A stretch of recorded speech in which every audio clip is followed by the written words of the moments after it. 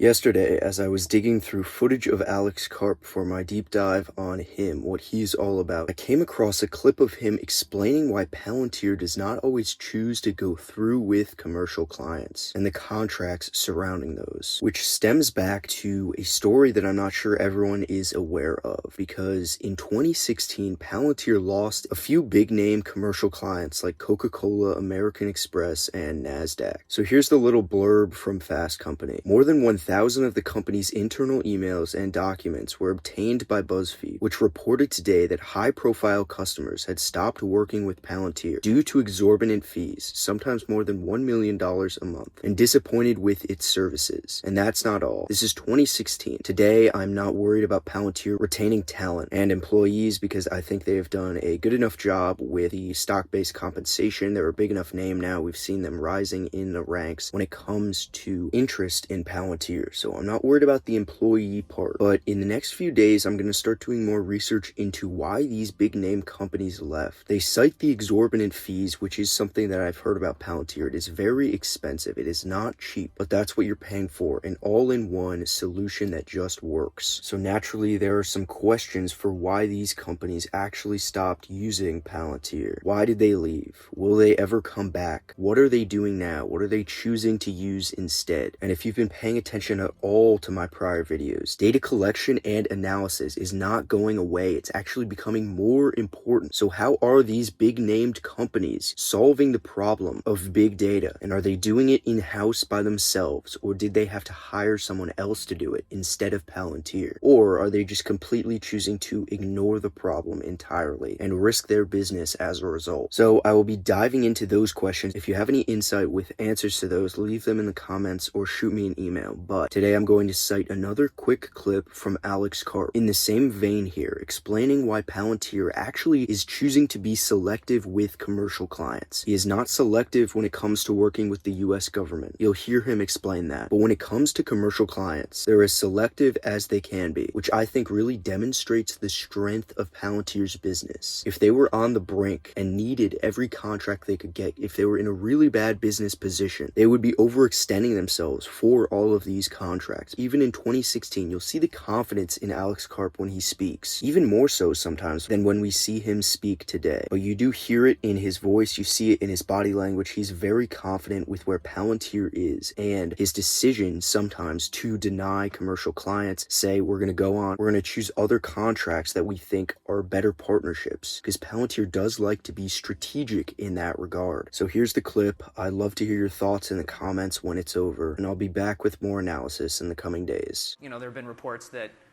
you've lost a lot of commercial customers. Coke, Amex, among them.